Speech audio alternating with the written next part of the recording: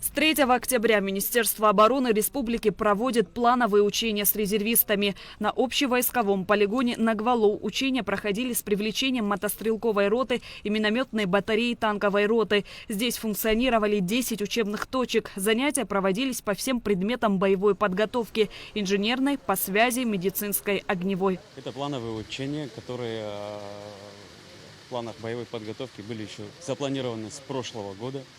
И сегодня тем более актуальность данных учений была высокая, поэтому такая высокая явка резервистов. Сегодня занятия проходят не только на полигоне Нагвалоу, но еще на полигоне Цабал. Это с первым отдельным мотострелковым полком Кварчальского района. На общевойсковом полигоне Нагвалоу учения проходили резервисты Чимчирского района. На всех учебных точках проводились индивидуальные занятия.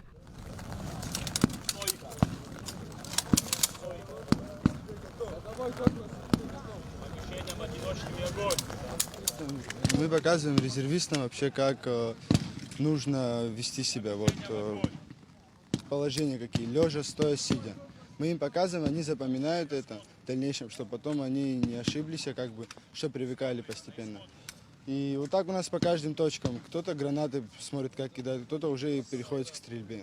Резервисты быстро среагировали на полученную команду от военкомата, и в основном все они прибыли по месту требования для выполнения поставленной задачи, отметил командир взвода управления артиллерийской разведки Гарри Шаматава. Резервистов должно призваться как минимум 50% для выполнения огневых задач, которые поставлены. Сегодня проводятся занятия с, так сказать, пехотинцами. Это стрельба из автоматов и пулеметов. Завтра будут проводиться также уже с РПГ.